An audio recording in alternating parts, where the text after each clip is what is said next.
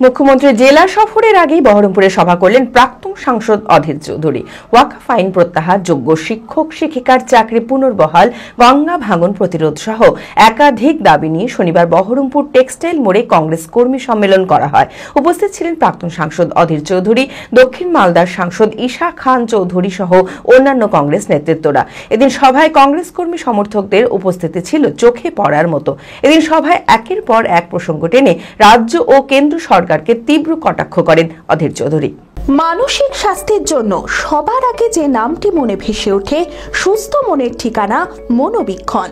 যোগাযোগ নাম্বার 7477799516। মুখ্যমন্ত্রী জেলা সফরের আগেই বহরমপুরে সভা করলেন প্রাক্তন সাংসদ অধীর চৌধুরী। ওয়াকফ আইন প্রত্যাহার, যোগ্য শিক্ষক শিক্ষিকার চাকরি পুনর্বহাল, গঙ্গা ভাঙন প্রতিরোধ সহ একাধিক দাবি নিয়ে শনিবার বহরমপুর টেক্সটাইল মোড়ে কংগ্রেসের কর্মী সম্মেলন করা হয়। উপস্থিত ছিলেন প্রাক্তন সাংসদ অধীর চৌধুরী, দক্ষিণ মালদার সাংসদ ঈশা খান চৌধুরী সহ অন্যান্য কংগ্রেস নেতৃত্বরা। এদিনের সভায় কংগ্রেস কর্মী সমর্থকদের উপস্থিতি ছিল চোখে পড়ার মতো। এদিন মালদার সাংসদ ঈশা খান চৌধুরী বলেন, মুখ্যমন্ত্রী মালদা ও মুর্শিদাবাদের দায়িত্ব নিতে চাইছেন না, তাহলে মুখ্যমন্ত্রীর পদত্যাগ করা উচিত। কি আপনার হাতে সবকিছু আছে, আপনার কাছে পুলিশ প্রশাসন, ডিএম, এসপি, আপনার হাতে সমস্ত এমএলএ, কংগ্রেসের একটা মানে ইয়ে নেই, এমএলএ নেই, তবু আপনি বলছেন মালদা মুর্শিদাবাদ আপনার নেই। মালদা তাহলে আপনি বলতে চাইছেন আপনি মালদার মুর্শিদাবাদের চার্জ নেই, দায়িত্ব নেই।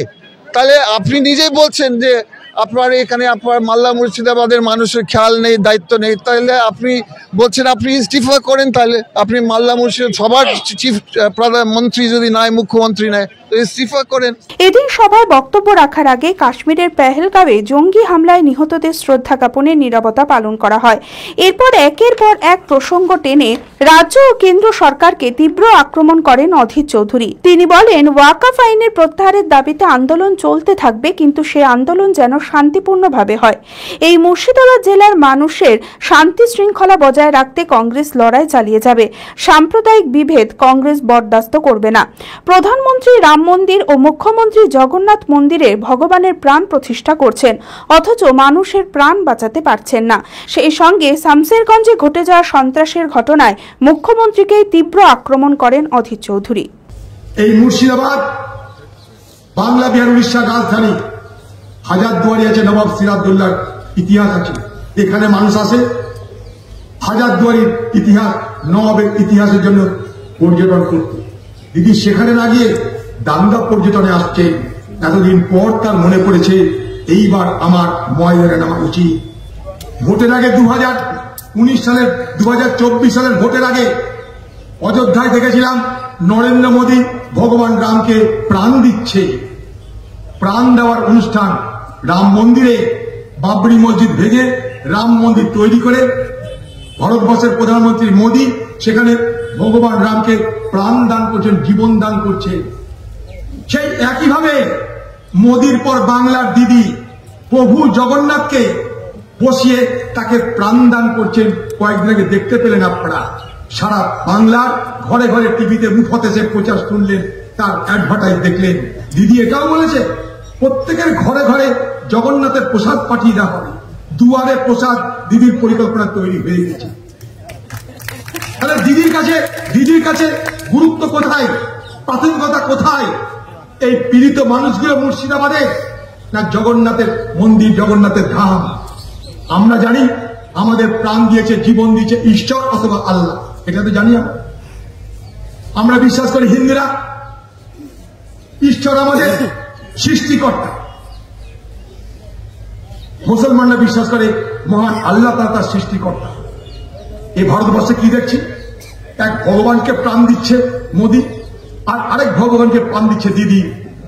আপনারা মানুষকে প্রাণ না দিয়ে ভগবানকে প্রাণ দিচ্ছেন, এই বিশ্ব বড় বিরল। কোথায় যাবো আমরা? মন্দিরে যেমন ট্রান্সপোর্ট থাকে, তেমনি মুসলমানদের সম্পত্তি জন্য ওয়াকফ বোর্ড আছে।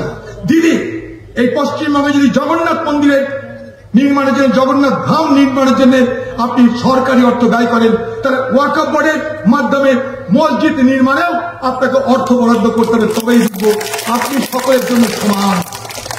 এই এত ঝঞ্ঝাটের মুর্শিদাবাদের পিছনে কারণটা কি? কারণ শুধু একটাই, ওয়াকফ আইন, তাই তো? ওয়াকফ আইন বাতিল করতে হবে, তাই নিয়ে হল্লা চিল্লা সংঘর্ষ আগুন সবকিছু। আমরা পার্লামেন্টের মধ্যে পার্লামেন্টের বাইরে একটাই কথা বলেছি, ওয়াকফ আইন বাতিল করতে হবে, কারণ যেভাবে ওয়াকফ আইন আনা হচ্ছে তা সংবিধান বিরোধী, তা ভারতবর্ষের মুসলমান সমাজের বিরোধী, ইসলামের ধর্মীয় প্রতিষ্ঠানের বিরোধী, তাই এটাকে বাতিল করতে হবে আমরা বলেছি। ভিলাস ক্লাব রিসর্ট আমাদের পরিষেবায় রয়েছে সুন্দর মনোরম পরিবেশের যে কোনো অনুষ্ঠান, কর্পোরেট বা অফিস মিটিং এর জন্য AC banquet hall, conference room, Victorian ballroom, corporate meet, multicuisine restaurant, floating cafe, বাচ্চাদের খেলার পার্ক ও সেলফি জোন। এছাড়াও 24 ঘন্টা wifi, lift, room service, swimming pool, গাড়ি পার্কিং এর মতো সমস্ত পরিষেবা নিয়ে king deluxe, super deluxe, cottage, suite room.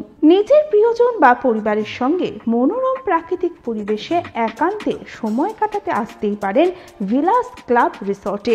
ঠিকানা রঘুনাথতলা, চালতিয়া শ্রীগুরু পাঠশালা স্কুলের সন্নিকটে, বহরমপুর, মুর্শিদাবাদ। Mobile number 9046258703।